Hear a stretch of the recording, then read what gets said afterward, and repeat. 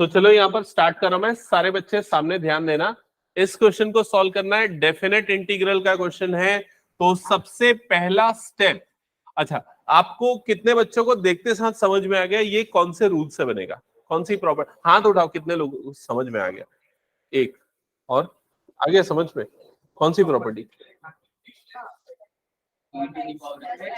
हाँ ठीक है, कई बच्चों को वैसे समझ में आ गया है। इसमें ये वाली प्रॉपर्टी लगने वाली है, integration e to the power x under bracket f of x plus f dash of x dx is equal to कितना होता है?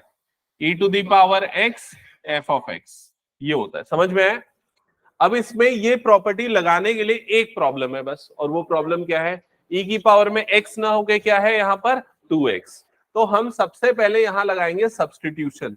हम 2x को क्या सब्सटीट्यूट कर देंगे? t, ठीक है, डिफरेंशिएट करेंगे तो 2x का डेरिवेटिव क्या होता है? 2। इधर राइट साइड पे ये क्या हो जाएगा? dt by dx। क्लियर हुआ ये चीज, जिससे आपको dx की वैल्यू मिलेगी। dx की वैल्यू कितनी आ जाएगी? dt by 2। तो ये पूरी चीजें हम यूज करेंगे इस इंटीग्रेशन में सब्सटीट्यूशन के लिए। तो क्या हो जाएगा? इंटीग्रेशन, अच्छा लिमिट भी बदलने का अपन ने सीख लिया है ना, तो लिमिट भी बदलते हैं। लोअर लिमिट देखो यहाँ पर क्या है? x इज इक्वल टू कितना है? 1। तो x अगर 1 डालेंगे तो t कितना होगा बताओ? 2। और x is equals to upper limit क्या है देख के बताओ? 2। तो यहाँ पर अपर लिमिट कितनी हो जाएगी? t is equals to 4। Clear सबको ये? तो ये हो जाएगा इंटीग्रेशन, सबसे पहले आ जाएगा 2 से लेके 4, ठीक है। फिर उसके बाद 1 अपॉन एक्स। अच्छा यहां से अपने को x की वैल्यू भी चाहिए, तो x की वैल्यू देख के बताओ कितनी आ जाएगी? t upon 2। तो ये 1 अपॉन, फिर x की जगह पे आ गया t बाय 2, ठीक है, माइनस 1 अपॉन 2 इंटू, फिर से क्या आ जाएगा? t बाय 2 का square, bracket close, e to the power 2x है तो e टू दी पावर क्या हो जाएगा? t, और dx की जगह पे क्या आ जाएगा? dt by 2। सबको ये क्लियर? एक बार कंफर्म करो। सारे x को हमने t बाय 2 से रिप्लेस किया, lower limit upper limit change की, dx को किससे रिप्लेस कर दिया? dt बाय 2 से। ओके, अब इसको सिंप्लीफाई करते हैं। सो इंटीग्रेशन ये हो गया 2 से लेके 4, यहां पर ये वाला टर्म हो जाएगा 2 अपॉन टी, माइनस ये क्या हो जाएगा? 2 upon T square, bracket close, e की power t into D T upon 2। ये क्लियर? अच्छा ये 2 अपॉन टी स्क्वायर कैसे हुआ समझ गए ना? ये कितना हो जाएगा? टी स्क्वायर बाय 4, एक 2 और इधर से एक 2 इधर से कट जाएगा और वो t रेसिप्रोकल होके ऊपर चला जाएगा। फिर उसके बाद ये वाला जो दोनों 2 है ये कॉमन निकलेगा और इस 2 से कैंसल आउट हो जाएगा। तो इंटीग्रेशन 2 से लेके 4 under bracket 1 upon T minus 1 upon T square, इधर पे आ गया e की पावर t और ये क्या हो गया? dt। क्लियर सबको यहां तक? अब चेक करो क्या ये प्रॉपर्टी अप्लाई कर सकते हैं? कर सकते हैं ना? माइनस कॉमन लेने की कोई जरूरत नहीं। फाइनल आंसर क्या आएगा इंटीग्रेशन का ये बताओ मुझे। हाँ आंसर आएगा e की power t into 1 upon T, या e की पावर t अपॉन टी लिख सकते। लिमिट यहां पर कहां से कहां हो जाएगी? 2 से लेके 4। अब लिमिट पुट करो, अपर लिमिट e की power 4 upon 4 minus lower limit e की पावर 2 अपॉन 2। समझ में है सबको यहां तक? ठीक है, अब आगे और क्या सिंप्लीफाई कर सकते हो? एलसीएम ले लो। एलसीएम क्या आ जाएगा? 4। ये क्या आ जाएगा? 2 e की पावर 4 माइनस e की पावर 4। अब कॉमन निकाल लो, क्या कॉमन निकल जाएगा? ये 2 होगा ना, सॉरी ये 2 होगा, e की पावर 2 कॉमन निकल जाएगा तो 2 e की पावर 2 माइनस 1 डिवाइडेड बाय 4, ये आएगा आंसर। चेक करो क्या आ रहा है आंसर, यही आ रहा है क्या?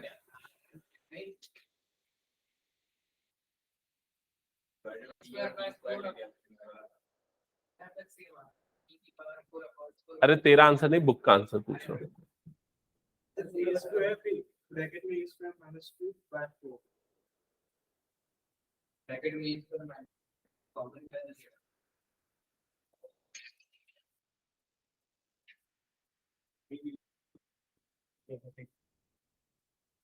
सेम तो आया है क्या आंसर? अरे 2 उधर, हाँ हाँ सही बोल रहा है। ये जो है ना, मैंने बस यहाँ एलसीएम लेने में गलती कर दी है। ये वाला 2 जो है ना, ये 2 इधर मल्टीप्लाई होगा, मैंने इधर कर दिया, तो इधर 2 नहीं आएगा, इधर पे क्या आ जाएगा 2। समझ गए ना? बाकी पूरा ठीक है। ओके, क्लियर सबका हो गया ये?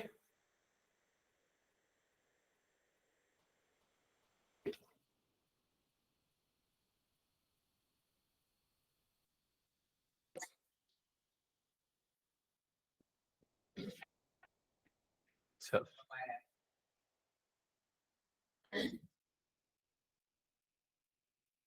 हटा दूं क्या इसको मैं? ओके, चलो नेक्स्ट क्वेश्चन पे आ जाते हैं।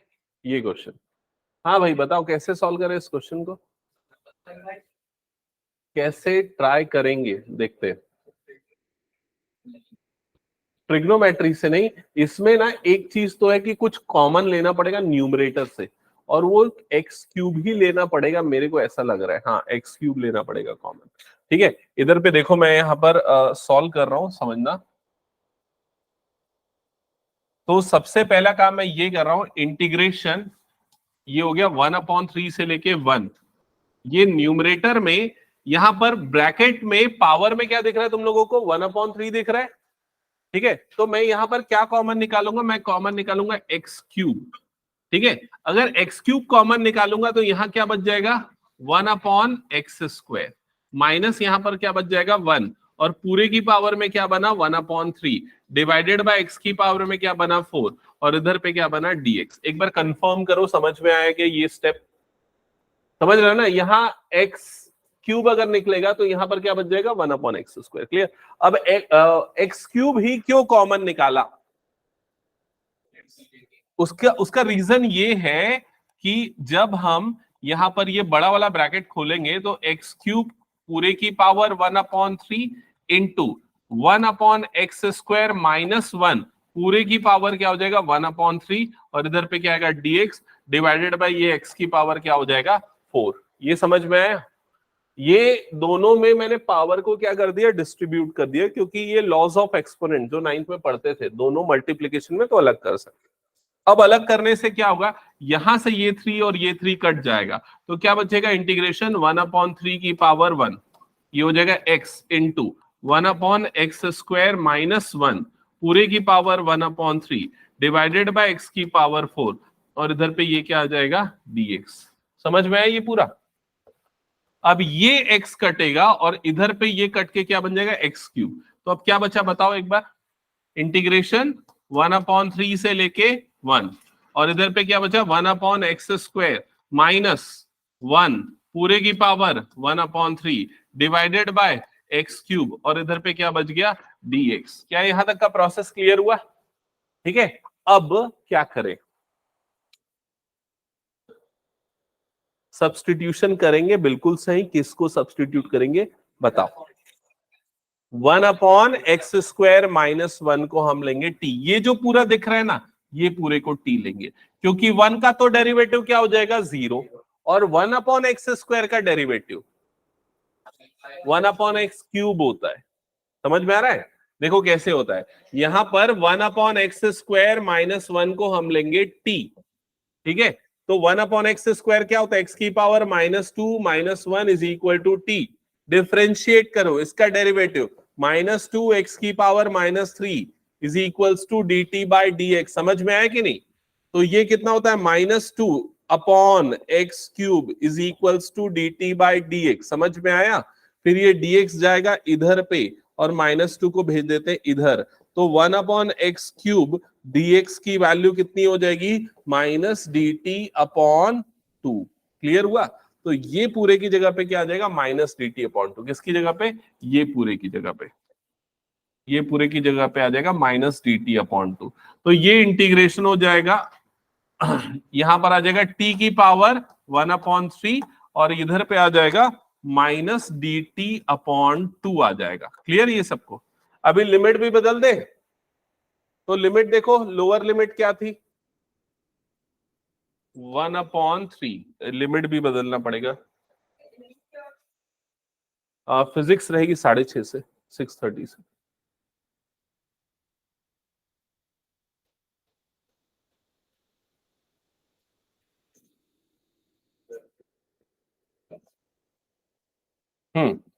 अब लिमिट्स यहां पर चेंज करेंगे, तो लिमिट्स देखो क्या हो जाएगा।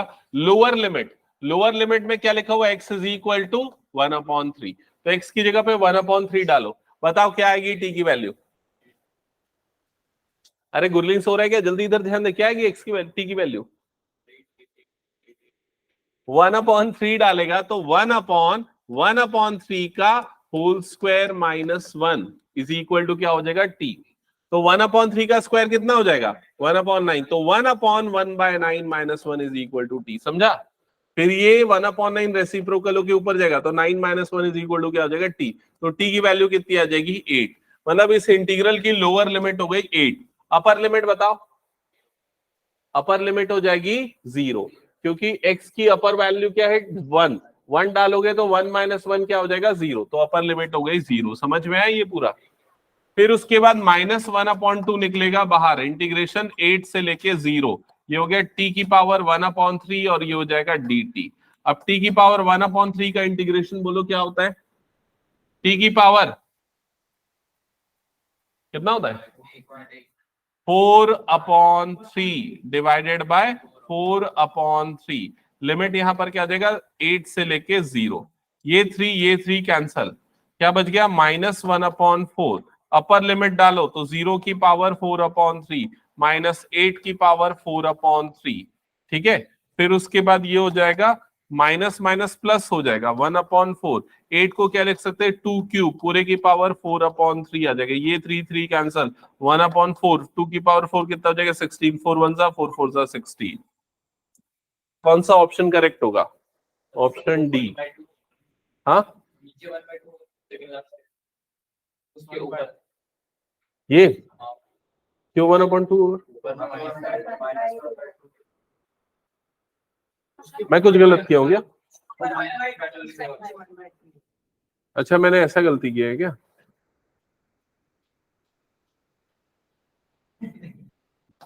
ये 2 है तो फिर बहुत सारा आंसर गलत हो जाएगा। ऑप्शन भी सही मैच कर गया था। ऑप्शन करेक्ट आंसर क्या है वैसे इसका,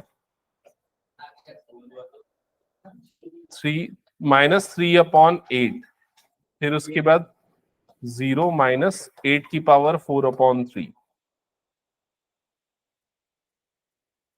माइनस माइनस प्लस हो जाएगा 2 की पावर 3 और ये हो जाएगा 4/3, ये 3 कैंसल, 3/8 इंटू 2 की पावर 4 16, 8 1 सा 8 2 सा 6 आ रहा है क्या आंसर। हाँ 6 आ रहा है आंसर, ठीक है। तो ऐसा क्वेश्चन 1 नंबर में आ सकता है ना। नहीं मैं मजाक नहीं कर रहा हूँ।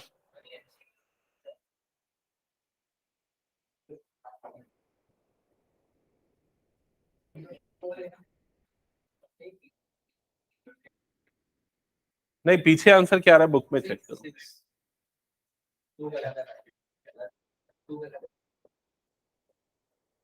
11.7.11 कितना है 7.9। क्वेश्चन नंबर 9 है क्या कि 10 है, 9 है, तो 9 का आंसर तो डी आ रहा है यार इसमें।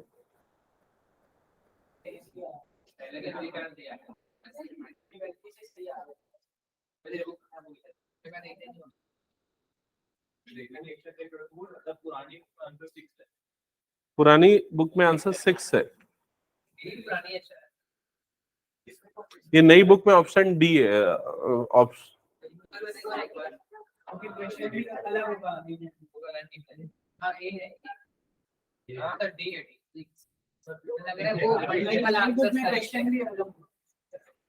हो सकता है क्वेश्चन चेक, क्वेश्चन तो सेम है ना दोनों बुक में, देखो तो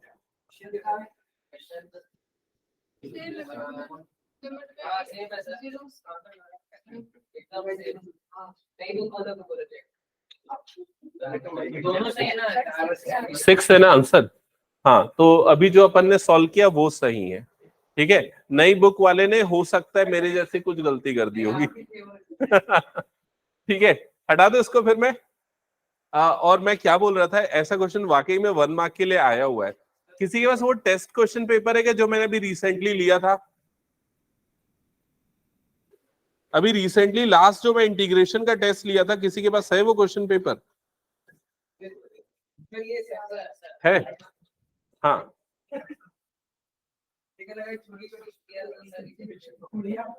हाँ, वो छोटा छोटा क्वेश्चन पेपर है।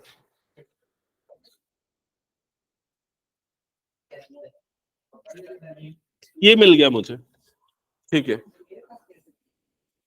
हाँ, तो मैं ये इसलिए ये क्वेश्चन पेपर मांग रहा था। इधर पे देखो, एक क्वेश्चन है ये वाला, इंटीग्रेशन x की पावर 9 डिवाइडेड बाय 4x की पावर 2 प्लस 1 होल की पावर 6 dx। ये क्वेश्चन मैंने दिया था एमसीक्यू में, और ये क्वेश्चन एनसीईआरटी एग्जाम्पलर का क्वेश्चन है, और इस क्वेश्चन को आप एक्सपेक्ट कर सकते हो 1 मार्क्स में आएगा। तो इसको सॉल्व करने का जो तरीका है वो ऐसे ही है जो अभी हमने सॉल्व किया।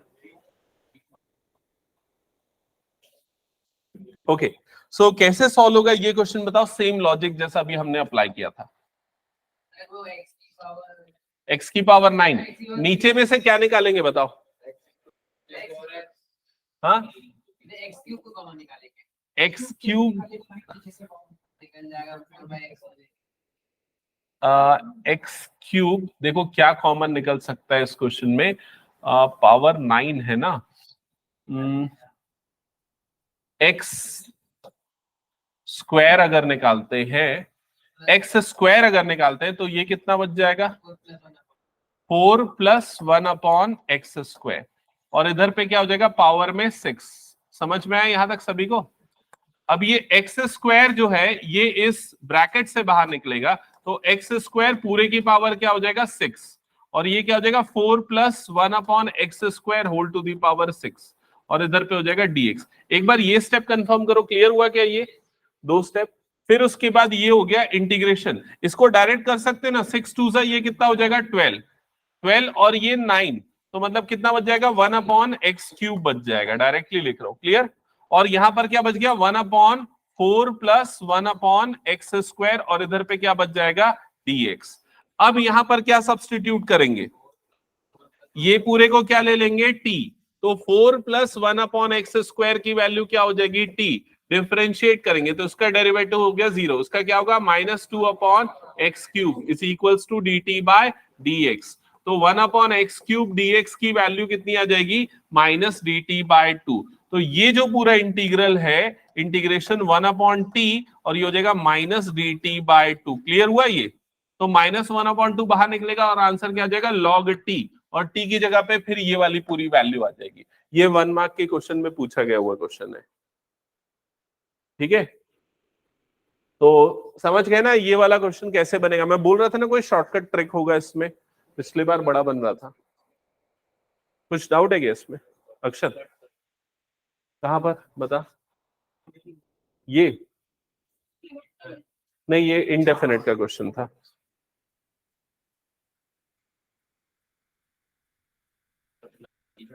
हाँ, प्लस सी ऑब्वियसली आएगा, अभी मैंने इंटीग्रेट वैल्यू पुट नहीं किया। अरे ये एमसीक्यू, इसमें ऑप्शन में देख लेगा तू। हटा दो इसको मैं। अभी ना अपने को जल्दी से खत्म करके पूरे रिविजन्स करने, ऐसे वाले जो क्वेश्चन आते हैं ना, रैंडम क्वेश्चंस, एक अभी प्लान करूंगा मैं नवंबर में, दिवाली के पहले ना एक इंटीग्रेशन की बड़ी क्लास रखने का, है ना।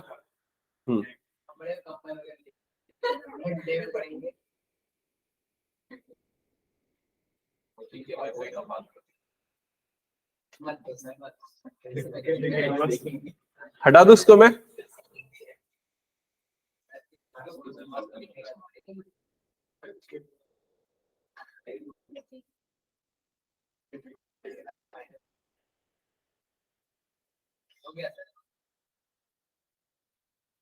ओके, चलो इस क्वेश्चन पे आ जाते हैं। तो ये क्वेश्चन सॉल्व करने के लिए, इसको इंटीग्रेट करने के लिए बाय पार्ट्स लगेगा। बाय पार्ट्स में फर्स्ट फंक्शन कौन सा होगा?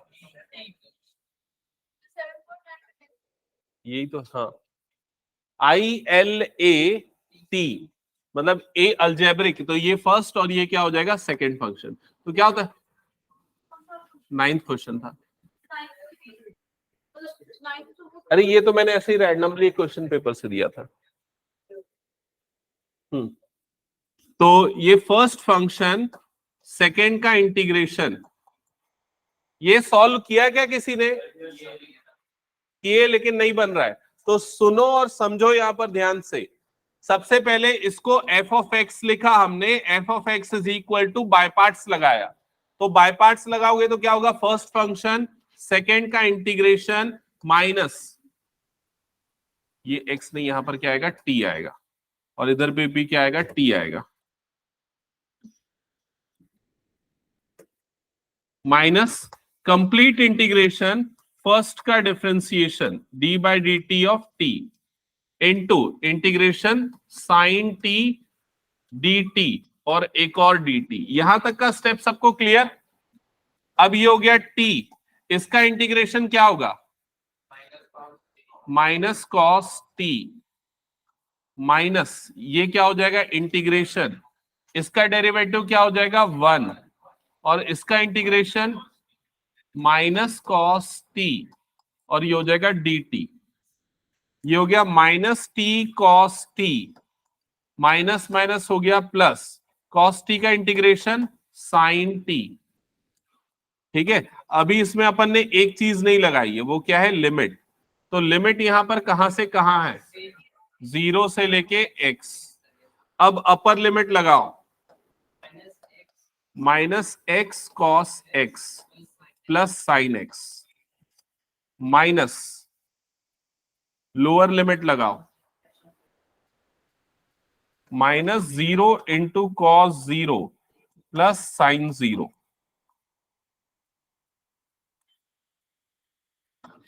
तो ये पूरी वैल्यू क्या हो जाएगी? 0। आपके पास क्या बच जाएगा? Minus x cos x plus sine x.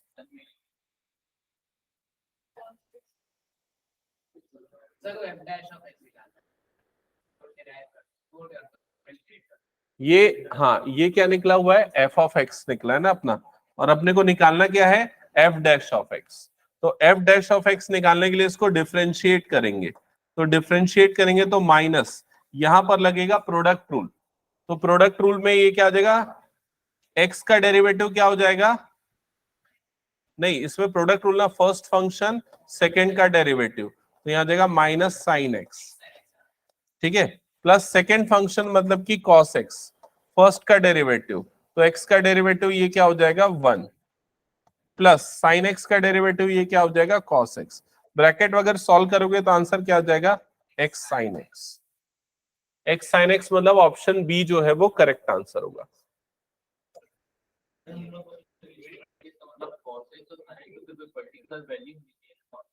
नहीं, लेकिन इसमें वेरिएबल दे दिया है ना एक्स को उसने, क्योंकि इसीलिए फंक्शन एक्स का फंक्शन लिया है उसने। ठीक है,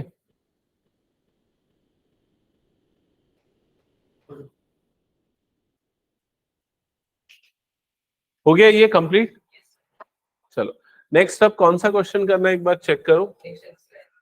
नेक्स्ट एक्सरसाइज, वो देख रहा हूं, एक मिनट। 7.10 है ना? प्रॉपर्टी स्टार्ट हो रहा है क्या? एक बार चेक कर लेता हूं।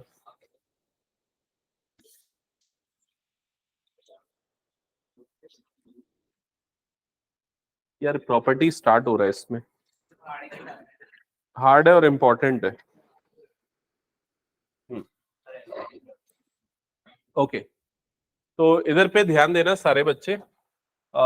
आप लोगों को अभी क्वेश्चंस, अभी जो मैं प्रॉपर्टी बता रहा हूं वो नोट डाउन करना। ठीक है,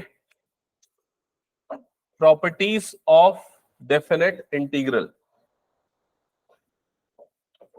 प्रॉपर्टीज ऑफ डेफिनाइट इंटीग्रल्स।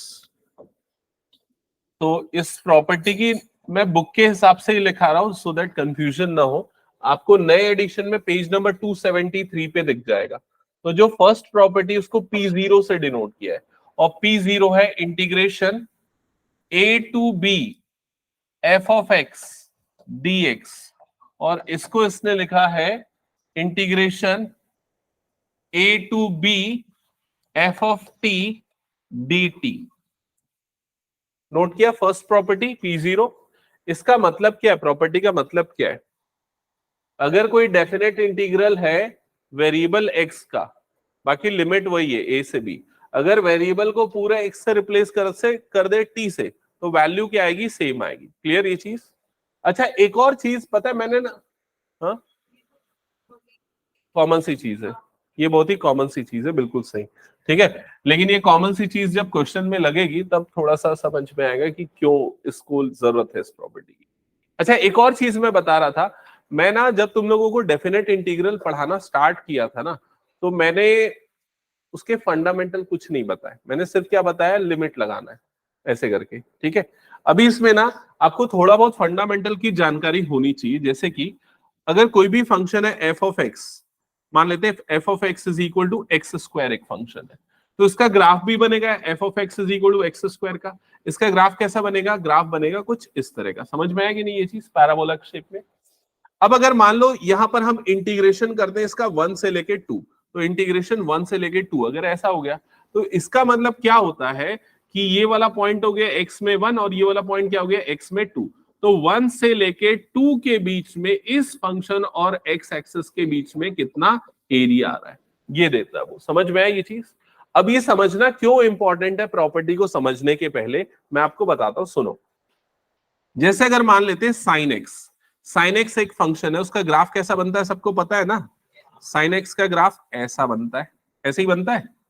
ये वाला पॉइंट क्या हो गया, 0, ये कितना हो गया पाई, और ये कितना होगा माइनस पाई। क्लियर हुआ ये चीज? तो अगर मैं इंटीग्रेट करूंगा माइनस पाई से लेके पाई में साइन एक्स को, साइन एक्स डीएक्स को, तो मुझे कौन सा एरिया मिलेगा, माइनस पाई से लेके 0 के बीच में मुझे ये वाला एरिया मिलेगा, और 0 से लेके पाई के बीच में मुझे ये वाला एरिया मिलेगा। समझ में आ रहा है कि नहीं ये चीज? तो ये जो एरिया है, ये एरिया क्या हो जाएगा, नेगेटिव, और ये एरिया सेम है लेकिन ये क्या है, पॉजिटिव। तो दोनों का जो एडिशन होगा वो ओवरऑल क्या हो जाएगा, 0। क्लियर हुआ है ये चीज? ठीक है।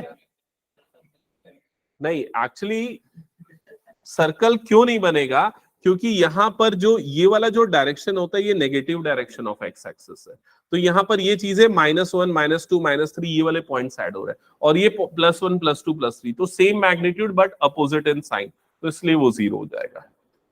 ठीक है, सो ये फर्स्ट प्रॉपर्टी होगी। सेकेंड प्रॉपर्टी लिखना P1।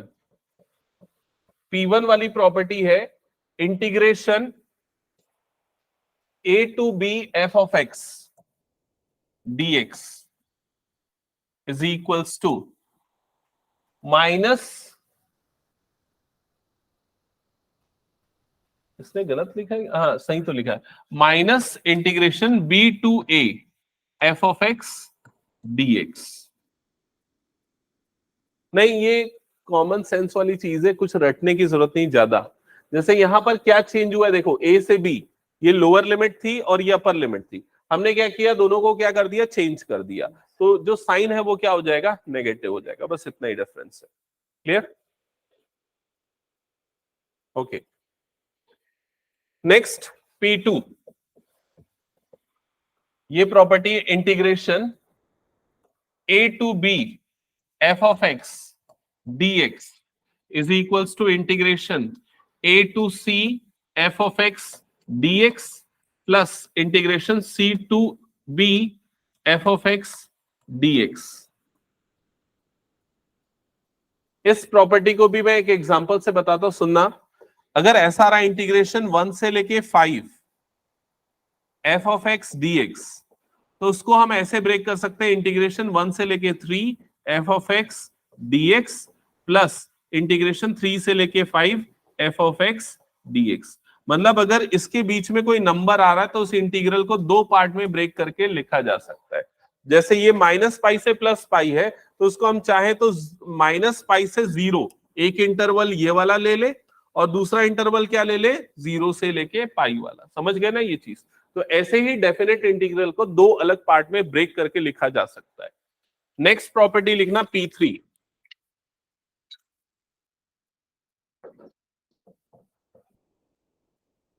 P3 वाली जो प्रॉपर्टी है वो है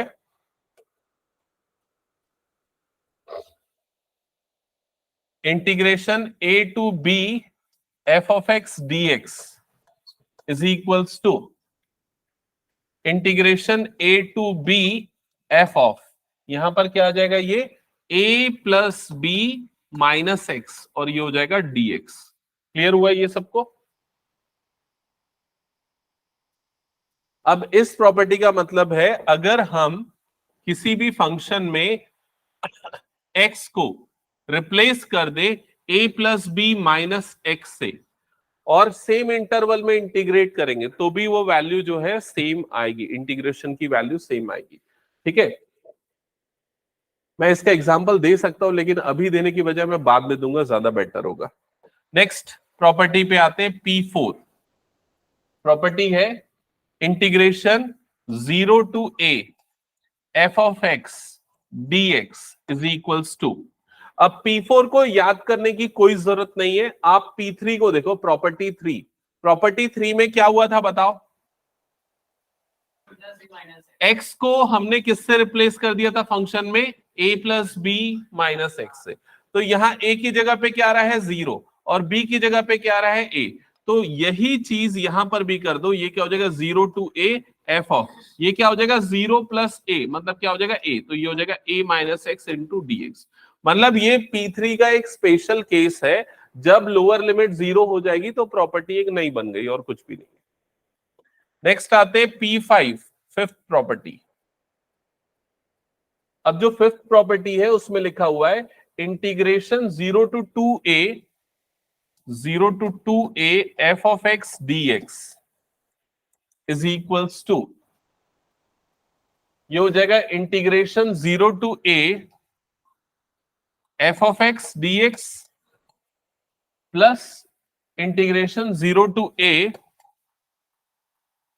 F of 2a minus x into dx। ये बन जाएगी इसकी नेक्स्ट प्रॉपर्टी P5। नेक्स्ट देखो, यहां पर आते हैं P6 पे। P6 जो है, दो और प्रॉपर्टी बची हुई। P6 लिख रहा हूं, integration 0 to 2a f of x dx is equals to 2 times integration 0 to a f of x dx if f of 2a minus x is equals to f of x,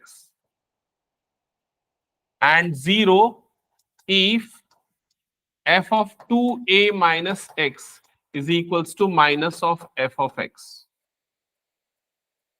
ये दोनों property अभी मैं explain करूंगा, P6 P7 पहले note down कर लो। P7 है integration -a to a f of x dx is equals to 2 times integration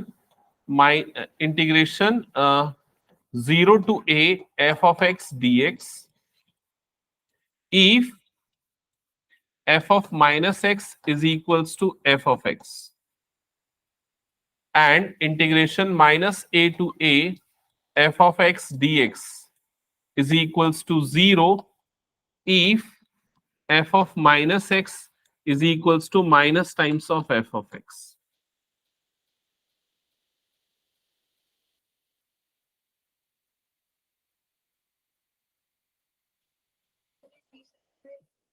हाँ, दो कंडीशन है। मैं अभी 6 और 7 को अभी एक्सप्लेन करने वाला हूं, पहले नोट डाउन कर लो, तब ज्यादा क्लियरली समझ में आएगा।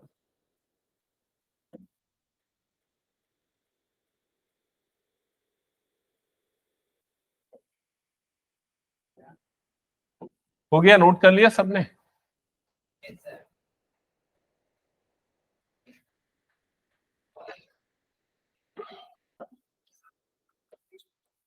ओके, तो इधर पे ध्यान देना। P6 वाली प्रॉपर्टी को कैसे हम समझेंगे, सुनो। ये दोनों पे बेस्ड डायरेक्ट क्वेश्चन बन सकते हैं। साइन एक्स, ये फंक्शन के बारे में आप जानते हो ना? साइन एक्स ये कैसा फंक्शन होता है? ये होता है एक पीरियोडिक फंक्शन। इसका जो ग्राफ बनता है, इसका ग्राफ कैसा बनता है? देखो, इसका ग्राफ बनता है ऐसा। अभी थोड़ी देर पहले मैंने बताया था, है ना। इसमें ये वाला पॉइंट क्या हो गया माइनस पाई, ये वाला पॉइंट क्या हो गया 0, ये वाला पॉइंट क्या हो गया पाई, और ये वाला पॉइंट क्या हो गया 2 पाई।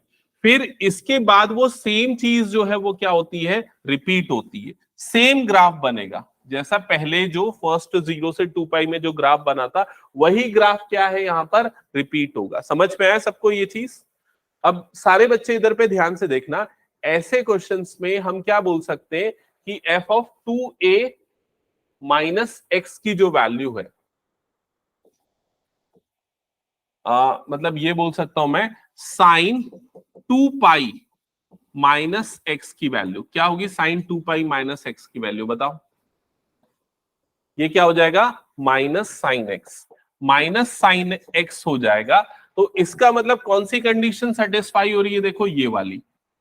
यहां पर देखो मैंने क्या किया, 2a को किससे रिप्लेस कर दिया मैंने 2 पाई से, तो साइन 2 पाई माइनस एक्स की वैल्यू क्या आ रही है माइनस साइन एक्स आ रही है। अगर मैं फंक्शन ये वाला ले रहा हूं f of x is equal to क्या ले रहा हूं साइन एक्स, तो ऐसी कंडीशन में ये पूरे इंटीग्रल की वैल्यू क्या आ जाएगी 0।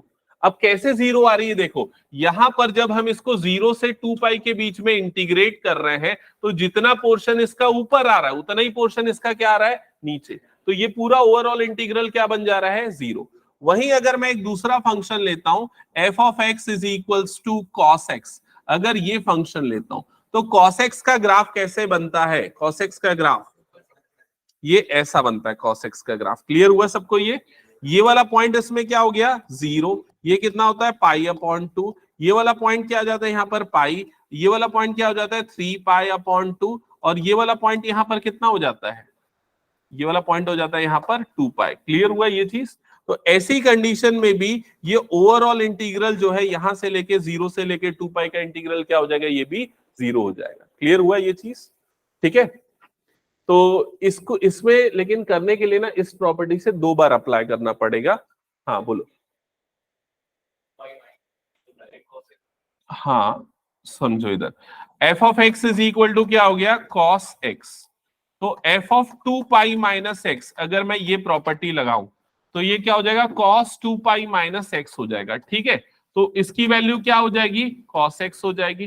तो इसमें कौन सी कंडीशन फॉलो हुई, ऊपर वाली कंडीशन फॉलो हुई, ये समझ में आ गया, ऊपर वाली कंडीशन फॉलो हुई। तो ये जो पूरा इंटीग्रल है 0 से 2 पाई कॉस एक्स डीएक्स का, इसको हम क्या लिखेंगे 2 times integration 0 to pi cos x dx, ऐसा लिख सकते हैं। समझ में आया।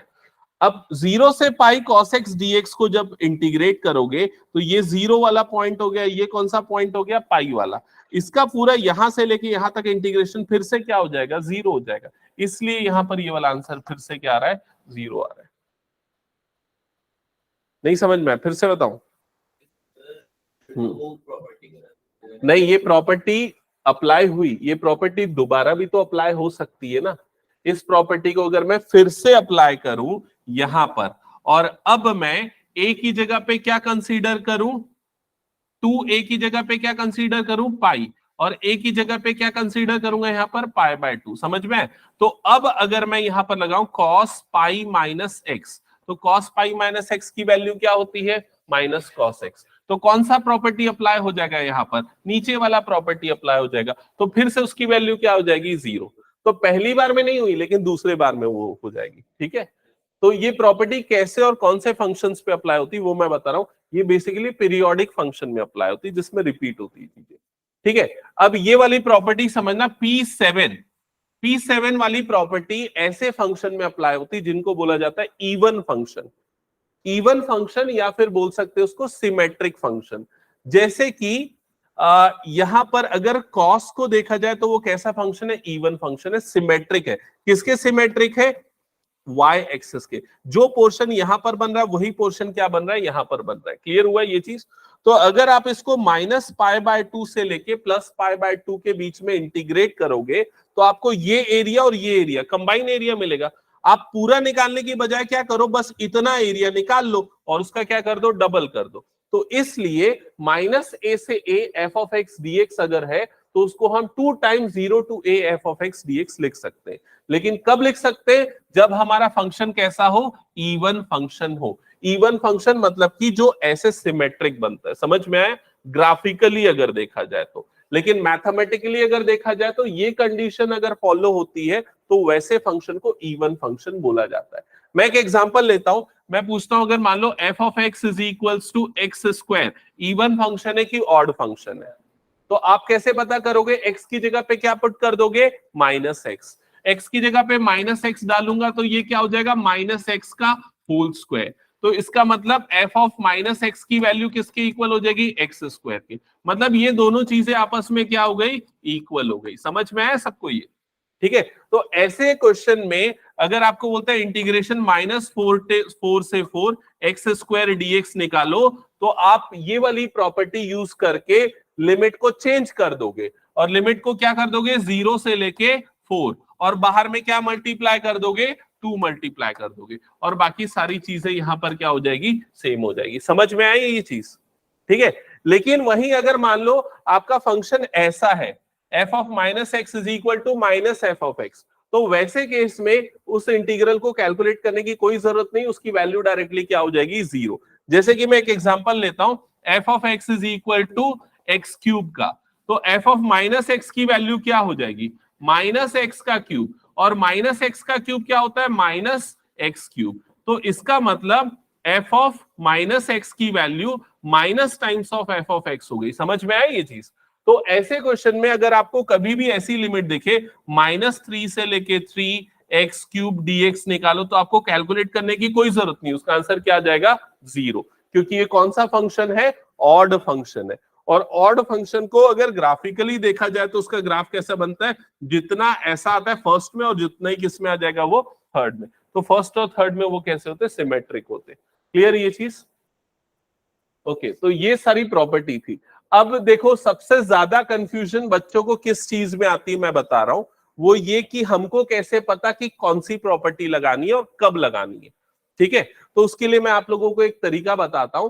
ज्यादातर क्वेश्चंस में आपको लगेगी ये वाली प्रॉपर्टी P4। सबसे पहले आपको ये वाली प्रॉपर्टी अप्लाई करके देखनी है। अब P4 ही लगेगी कि नहीं लगेगी, तो देख लो, लिमिट देख लो, जहां पर भी लिमिट 0 से स्टार्ट हो रही है तो वैसे क्वेश्चन में हमेशा क्या लगता है? P4। और जहां लिमिट 0 से स्टार्ट नहीं हो रही है तो P4 का ही एक और केस है, वो कौन सा है? P3। तो सबसे पहले आप ये दोनों प्रॉपर्टी को ही टेस्ट करोगे। क्लियर हुआ ये चीज? लिमिट को देखिए, 0 से a है तो P4, a से b है तो क्या लगेगा? P3। क्लियर हुआ ये चीज? फिर उसके बाद सबसे कॉमन प्रॉपर्टी यूज होती है, वो है P7। अब P7 कब अप्लाई होगी? पहचानना बहुत आसान है। लिमिट जो है -a से a होगी, मतलब -3 से +3 या -π से लेके +π। ठीक है, तो ज्यादातर ये तीन प्रॉपर्टी ही अप्लाई होती है। ये कुछ एक स्पेशल केसेस में ही होता है, अदरवाइज बहुत कम होता है ये प्रॉपर्टी। अच्छा, P1 कब अप्लाई होगा ये कैसे पता चलेगा? कभी भी आपने लिमिट चेंज करनी है, शिफ्ट करनी है, तो P1 लगेगा। P2 कहां पर लगेगा? जब भी मॉड वाले क्वेश्चन आएंगे तो हमेशा P2 लगेगा। समझ रहे हो? मॉड वाला क्वेश्चन आएगा तो हमेशा P2 लगेगा। तो ऐसे कुछ रूल्स है जो आप फॉलो करोगे। तो अभी आते हैं हम फर्स्ट क्वेश्चन पे। तो ये वाला क्वेश्चन है। अब देखो, इसमें इंटीग्रेशन की लिमिट क्या दिख रही है आपको? 0 से लेके π/2। तो इसमें आप ये देखो, इंटीग्रेशन 0 से a वाला कौन सा है? सबसे पहले जो मैंने ट्राई करने बोला वो कौन सा है? P4। तो P4 वाली प्रॉपर्टी क्या है? Integration 0 to a f of x dx। क्या लिखते हैं उसको बताओ? Integration 0 to a f of a minus x into dx, ये लिखते हैं। क्लियर? अब सबसे पहले ना, ये प्रॉपर्टी लिखी है मैंने, अभी सॉल्यूशन स्टार्ट नहीं किया है। सॉल्यूशन स्टार्ट करोगे तो हमेशा वो जो मैंने एक हैबिट बोली ना आपको, आई लेके सॉल्व करना, वो हमेशा फॉलो करना है। तो 0 से लेके π/2 और ये हो जाएगा cos स्क्वायर x dx। अभी मैंने सिर्फ क्वेश्चन नोट डाउन किया है आई लिख के। ठीक है, अभी ये बताओ, जब ये प्रॉपर्टी लगेगी तो क्या हो जाएगा? i इज इक्वल्स टू क्या आएगा बताओ? 0 से लेके π/2 एज इट इज रहेगा, और क्या हो जाएगा यहाँ पर? cos स्क्वायर π/2 माइनस एक्स, और ये हो जाएगा dx। भाई हमको करना क्या है? हमको x को रिप्लेस करना है। किससे रिप्लेस करना है? a माइनस एक्स से, और a की वैल्यू यहां पर क्या है? π/2। समझ में आया ये चीज? जो भी फंक्शन है उसमें x रिप्लेस हो जाएगा a माइनस एक्स से, दैट्स इट। अब ये करने के बाद cos pi by 2 minus theta. क्या होता है cos pi by 2 minus theta? Sine theta. तो ये क्या बन जाएगा? साइन एक्स बन जाएगा। स्क्वायर लगा हुआ है तो मतलब क्या हो जाएगा? ये साइन स्क्वायर एक्स, और इधर पे क्या हो गया? ये dx। क्या यहां तक समझ में आया सभी को? अब मेरा फिर से एक क्वेश्चन है, बताओ हमको निकालना क्या है? यहां पर हमको क्या निकालना है? हमको निकालना है आई। हमको क्या निकालना है? आई। अब हम क्या करेंगे? हम ये वाली इक्वेशन और ये वाली इक्वेशन, दोनों इक्वेशंस को ऐड कर देंगे। इक्वेशन 1, इक्वेशन 2, और यहां पर हम करेंगे इक्वेशन 1 प्लस इक्वेशन 2। तो लेफ्ट साइड में क्या बनेगा बताओ? लेफ्ट साइड में बन जाएगा 2i, और राइट साइड में क्या हो जाएगा? इंटीग्रेशन 0 से लेके पाई बाय 2, और ये क्या हो जाएगा? Cos square x dx plus integration 0 से पाई बाय 2, और ये क्या हो जाएगा? Sine square x dx। समझ में आया सबको ये? अब इसके बाद इंटीग्रेशन 0 से पाई बाय 2, इसको मैंने कर दिया अलग। हाँ, तू डायरेक्ट समझ गया, तू बनाना चालू करा गया। नहीं, अब इसके बाद हम क्या करेंगे? इसको ना कॉमन इंटीग्रल करेंगे। कॉमन इंटीग्रल करेंगे तो यहां पर क्या आ जाएगा? कॉस स्क्वायर एक्स प्लस ये क्या हो जाएगा? Sine square x dx। मैंने क्या किया ये समझ में आया ना आप लोगों को? जैसे ऐसे इंटीग्रल को अलग अलग सेपरेट करते थे, यहां मैंने इसको क्या कर दिया? कंबाइन। अब कंबाइन करने से क्या बेनिफिट होगा? इस पूरे की वैल्यू हमको पता है क्या होती है? 1। तो ये पूरा क्या हो जाएगा? 1। तो ये आ जाएगा 2i is equals to integration 0 से पाई बाय 2, और ये आ जाएगा 1 dx। अब 1 का इंटीग्रेशन क्या होता है?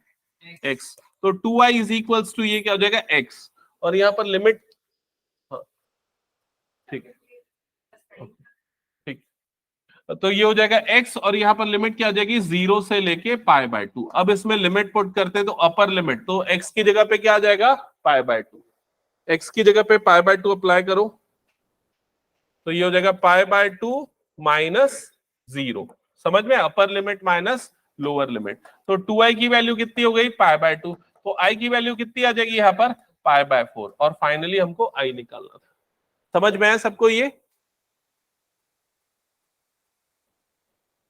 ओके, अगर ये क्लियर हो गया तो एक काम करो, ये क्वेश्चन सॉल्व करके बताओ। मैं यहां पर स्टेप्स लिखता हूं। Step number 1, apply P4। ठीक है। Step number 2, add equation 1 and 2। जैसा हमने पिछले बार किया ना, सेम वही प्रोसेस फॉलो करो। That's it.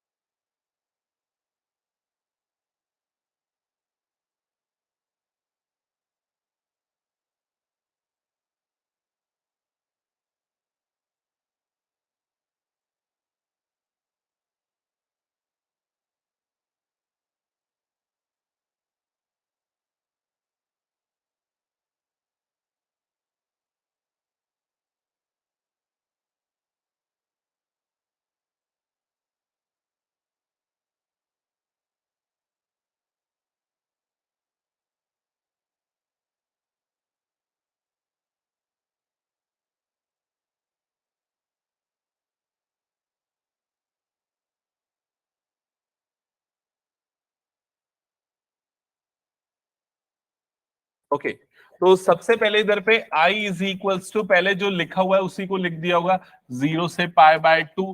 ठीक है। फिर ये हो गया root sine x divided by root over sine x plus root cos x, और इधर पे हो गया dx, और इसको ले लिया अपन ने इक्वेशन नंबर 1। फिर उसके बाद प्रॉपर्टी लगाया, तो इंटीग्रेशन 0 से pi by 2 root over sine, ये क्या बना? Pi by 2 minus x divided by root over, ये बन गया sine pi by 2 minus x plus root, हाँ आ रहा हूं, root cos pi by 2 minus x, ठीक है, dx। फिर ये वाला जो पार्ट है इंटीग्रेशन 0 से पाई बाय 2, ये क्या बन गया, रूट कॉस एक्स, नीचे में क्या हो गया, root cos x plus root sine x. बनाया क्या सबने यहां तक? फिर दोनों को ऐड करोगे, तो ऐड करोगे तो डिनोमिनेटर सेम है, न्यूमरेटर का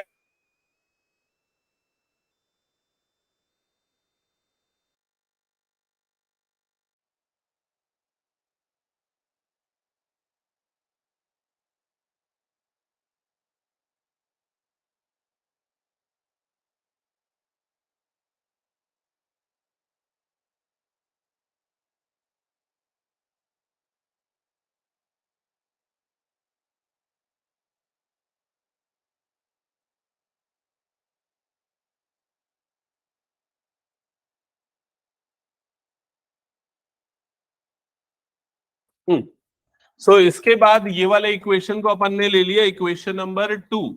अब 1 और 2 दोनों को ऐड करोगे तो लेफ्ट साइड में i प्लस आई क्या हो गया, 2i, राइट साइड में इंटीग्रेशन 0 से पाई बाय 2, इधर पे ये बन गया रूट साइन एक्स। कितने बच्चों का आंसर आ गया इसका? हाँ, बैठो क्लास में आ रहा हूं। Okay, root cos x plus root sine x plus root sine x divided by root sine x plus root cos x, ठीक है। जब दोनों ऐड होगा तो 0 से पाई बाय 2, डिनोमिनेटर दोनों का सेम हो जाएगा, root sine x plus root cos x, और इधर पे भी सेम आ जाएगा, root sine x plus root cos x, और ये हो जाएगा dx। अब ये वाला पूरा पार्ट और ये वाला पूरा पार्ट कैंसल आउट हो जाएगा, तो इंटीग्रेशन 0 से पाई बाय 2 क्या बच जाएगा, 1 dx। कितने बच्चों का यहां तक आ गया बताओ तो एक बार, क्या आ गया ना?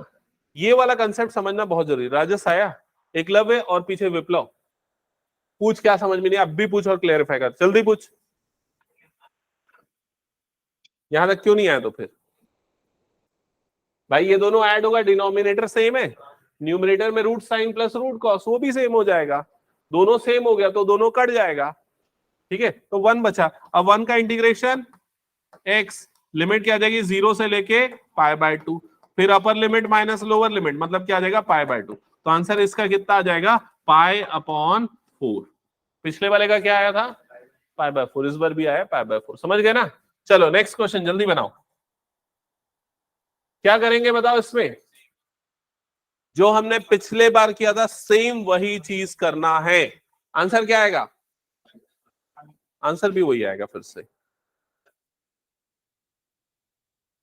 हो जाएगा ये, होमवर्क स्किप कर दूं? ओके चलो नेक्स्ट क्वेश्चन।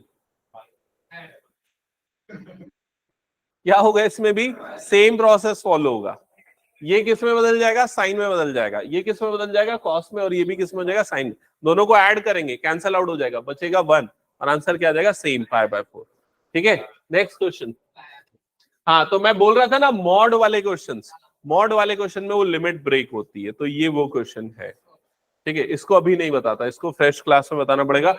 ये बहुत इंपॉर्टेंट क्वेश्चन है क्योंकि ये आएगा, पक्का आएगा मॉड वाला, डेफिनेट का। और उसके बाद ये क्वेश्चन भी हो गया, ये क्वेश्चन।